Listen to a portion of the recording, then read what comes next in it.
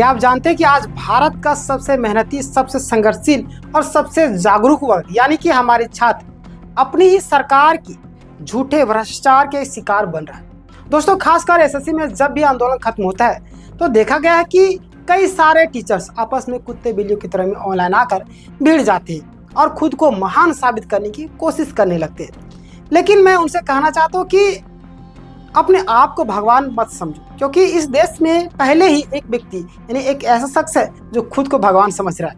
वो काफ़ी नहीं है क्या? और जब भी किसी देश का युवा मेहनती हो लेकिन उसकी सरकार झूठी और मक्कार हो तो उस देश के युवाओं को रोजगार नहीं मिलता बल्कि संघर्ष मिलता है। वेतन नहीं मिलता बल्कि पुलिस की लाठियां मिलती है। पेंशन नहीं मिलती बल्कि दर्द मिलता है। और दर्द ही नहीं, बार बार इसीलिए दोहराया जाता है ना ये जो दर्द है, ताकि युवा भूल ना जाए कि उसकी जवानी इस भ्रष्टाचार व्यवस्था की बलि चढ़ाई जा रही। और आज बीपीएससी देख लो, एमपीपीएससी देख लो और एसएससी देख लीजिए, हर जगह यही हाल। इस अमृतकाल को यानी कहे जाने वाले इस दौर में छात्र अभिमन्यु बन चुके हैं जो झूठे वादों के चक्रव्यूह में फंसते जा रहे हैं। उनकी जवानी मारी जा रही है, जबकि प्रधानमंत्री लाल किले के प्राचीर से कहते हैं कि युवाओं को 1 लाख करोड़ का रोजगार देंगे। मंच में तालियां बजाई जाती है, लेकिन वही प्रधानमंत्री यह क्यों नहीं सुनते कि देश में भर्तियां यानी कि भर्ती परीक्षाओं में धांधली हो रही? क्यों नहीं देखते कि पेपर लीक हो रहे, परीक्षा केंद्रों में मनमानी चल रही, सब कुछ उसकी नाक के नीचे से हो रहा है?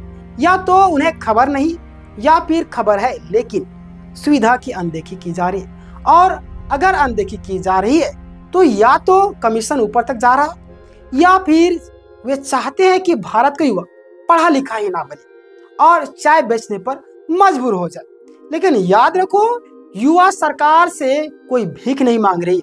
हमने 400-500 फॉर्म फिलअप किए, यानी कि 400-500 रुपये फॉर्म के बदले दिए।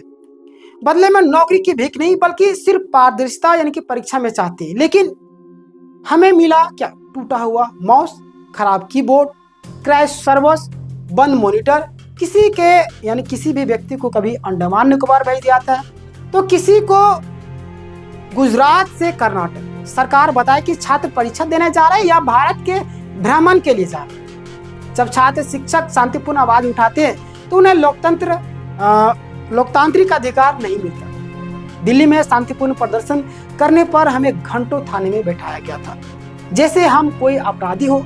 आईडी बार बार चेक की गई, शिक्षकों पर लाठियां बरसाई गई, रामलीला मैदान में परमिशन भी ली गई थी, लेकिन संख्या बढ़ते ही अगले ही दिन अनुमति रद्द कर दी गई। फिर बारिश में भीगते छात्रों पर दिल्ली पुलिस ने अपनी मर्दानगी दिखाना शुरू कर दी। यहाँ तक कि पत्रकारों को भी गिरफ्तार कर लिया गया, सिर्फ इसीलिए कि उन्होंने छात्रों की सच्चाई की, इनकी जो भी रियल हो रहा है उसको कवर करने की कोशिश। अब इस देश में किसान आतंकवादी, छात्र आतंकवादी, पत्रकार आतंकवादी और सिर्फ नेता और उनके चमचे। सरकार इस बात को यानी कि इस समय को अमृतकाल कहती है, लेकिन असलियत यह है कि आज का जो छात्र अभिमन्यु है जो झूठे वादों के चक्रव्यूह में फंस चुका है, इसका भविष्य कुचला जा रहा है और उसकी जवानी को बेरहमी से मारा। लेकिन दोस्तों, आंदोलन तब तक फेल नहीं होता जब तक हमारी एकता कायम है।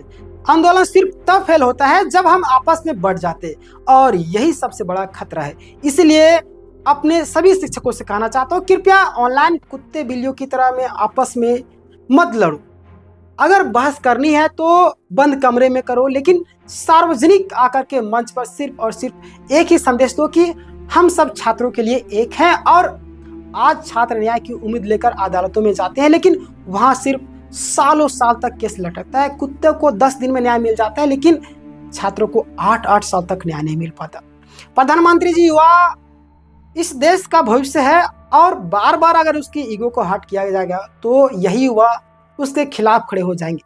और आज सिर्फ इतना कहना है कि हमें कोई खैरात नहीं चाहिए।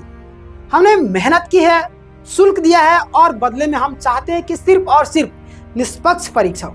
सरकार याद रखो, नेता और पार्टियां आती जाती रहेगी, लेकिन देश रहना चाहिए, युवा रहना चाहिए और उनका भविष्य सुरक्षित रहना चाहिए। जय हिंद। इस वीडियो को ज्यादा से ज्यादा शेयर करें, चैनल में नए हैं सब्सक्राइब कर लीजिए। धन्यवाद।